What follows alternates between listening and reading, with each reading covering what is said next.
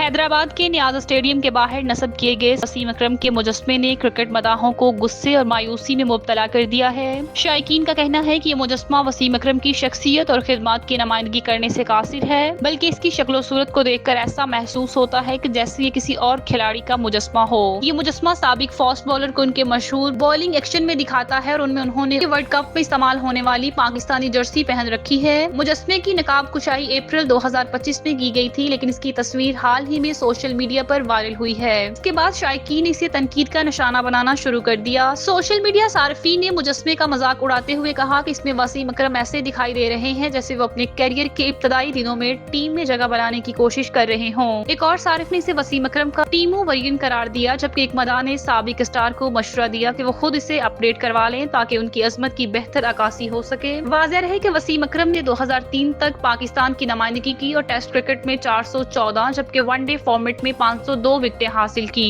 وہ دنیا کے عظیم ترین فاسٹ بالرز میں شمار ہوتے ہیں اور ان کے مداحوں کا کہنا ہے کہ ان جیسی لیجنڈری شخصیت کا مجسمہ اس معیار کا ہونا چاہیے جو ان کی کامیابیوں کے شایان شان ہو۔